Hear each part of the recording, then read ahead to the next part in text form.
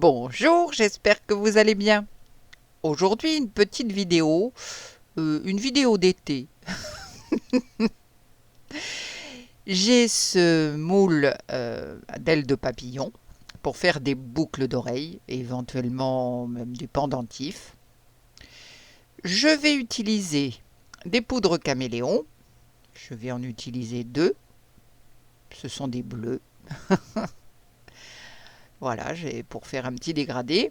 Et puis dans l'autre, je vais utiliser les Polar Light. Je vous en ai déjà parlé, c'est de chez Mrs. Colorberry, mais je n'en ai plus vu sur son site. Ce sont des poudres, pardon. On voit un petit peu les reflets, mais pas trop. Alors je veux voir si ça marche bien avec la résine. Voilà. Donc on va commencer. Je vais d'abord étaler mes poudres caméléon. C'est mieux. Je vais commencer par le bleu. Je me rappelle plus. Je vous mettrai dans la boîte de description les couleurs.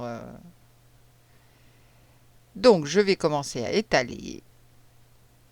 J'adore le bleu, hein, donc oui, il vaut mieux que je tienne mon moule. Et puis il faut pas oublier de passer derrière l'espèce de petit crochet là, parce que sinon après ça fait un blanc, c'est vilain, un blanc ou un noir.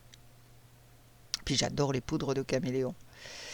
Donc je vais rajouter ce bleu, mais ça ne fait pas assez de contraste, donc je vais mettre du gold à la place. Et puis ensuite, eh bien, je vais commencer avec les petites ailes et avec mes Polar Light. Je pense que ça fera un joli effet aussi. J'en ai utilisé quelque part dans une de mes vidéos. Je ne me rappelle plus laquelle par contre. Je suis désolée. Voilà, tout est prêt. Bon, je vous ai épargné hein, tout l'étalage des poudres. Ça n'a aucun intérêt. Et puis ensuite, je vais mettre de la résine. Alors oui, il faut secouer un petit peu pour éviter que les poudres remontent à la surface. Enfin, que l'excédent de poudre remonte à la surface. Voilà, j'ai rempli mes moules. Si quelqu'un veut une vidéo plus détaillée, n'hésitez pas à me le dire. Sous ma lampe UV, en vert endroit. Alors ça m'énerve parce que mon moule gondole un petit peu. Et puis j'ai des petites bulles là, un petit peu partout. Bon, on va bien voir. Et maintenant, je vais préparer de la résine noire. Cette fois, je vais essayer une encre de chez Elichem. Elichem. C'est une boîte qui est en Angleterre. Je l'ai depuis très très longtemps. J'espère qu'elle n'est pas périmée parce que je l'ai vraiment depuis très longtemps. Bon, il y a des parties un petit peu sèches, mais ça va aller. Il faut bien secouer le flacon avant. Vous voyez mon ombre le faire. Et puis je vais mettre d'abord juste une goutte pour voir. Ce n'est pas comme les encres d'ail, hein, c'est beaucoup plus fort en pigmentation. Voilà, je mélange. Et puis maintenant on va verser.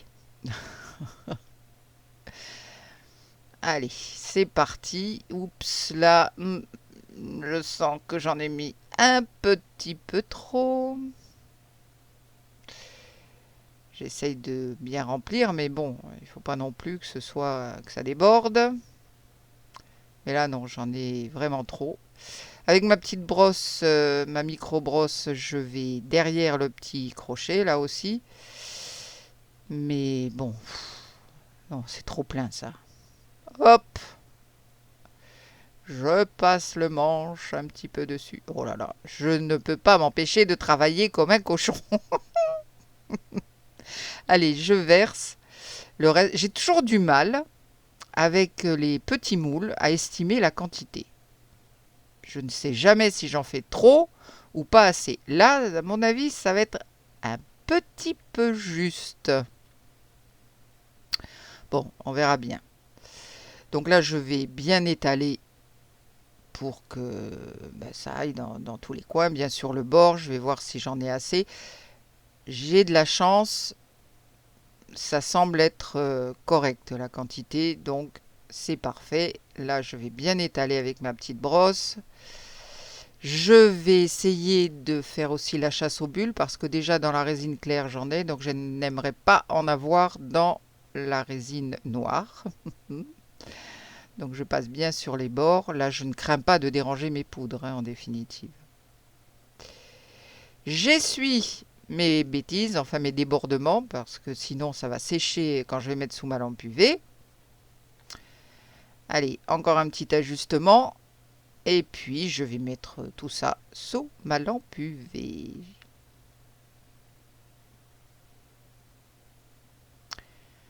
Voilà, tout semble être sec, ce n'est plus collant. Alors l'encre me fait un petit effet un peu bizarre. Je pense que il n'y a vraiment que la poudre de mica pour faire enfin pour bien se diluer, je pense. Bon, allez. Oh, ces caméléons, c'est vraiment superbe. On n'a pas beaucoup de surprises, hein, avec les poudres caméléons. C'est toujours super joli. Mais alors, comme j'ai eu mes plein de micro-bulles qui se sont mises dans tous les petits interstices là des ailes, et malgré une chasse effrénée et vraiment minutieuse, j'en ai encore qui sont restés. On les voit pas beaucoup, mais... Alors maintenant, avec les Polar Light, ah ben c'est joli aussi. Ah oui, c'est joli, ça me plaît bien. Je ne sais pas si vous pouvez bien voir. De toute façon, je vais vous mettre une photo prise au jour et au soleil. Mais c'est joli.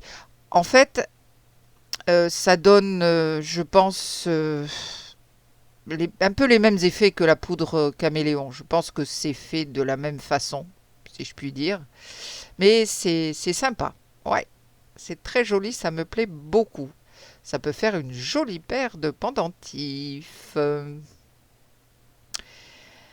Je vais vous faire un petit close-up au soleil. Voilà. Ah, les couleurs ressortent, c'est magnifique. Vraiment, c'est très joli. Et en vrai, c'est encore plus joli, hein, comme toujours, qu'à travers un objectif. Mais vraiment, c'est super joli. Il y a des reflets magnifiques. Non, vraiment, avec les poudres caméléon, on ne peut pas se tromper, hein. On fait vraiment toujours de très jolies choses. Alors, c'est une vidéo qui est un peu pour les débutants, hein, c'est vrai. Mais bon, ma foi, il faut bien s'amuser un petit peu aussi, faire des choses assez simples. Et les Polar Light, ben, ça ressort très bien aussi, je trouve. Oui, moi je trouve que c'est joli aussi. Euh, donc il y a 4 ou 5 tubes de poudre, il faudra que j'en essaye d'autres, mais c'est très joli. Je vais vous mettre une photo maintenant. La voici. On va se retrouver très vite pour de nouvelles aventures. Prenez bien soin de vous. N'oubliez pas de vous abonner. Je vous souhaite une bonne journée, bonne soirée. Et puis je vous dis bye.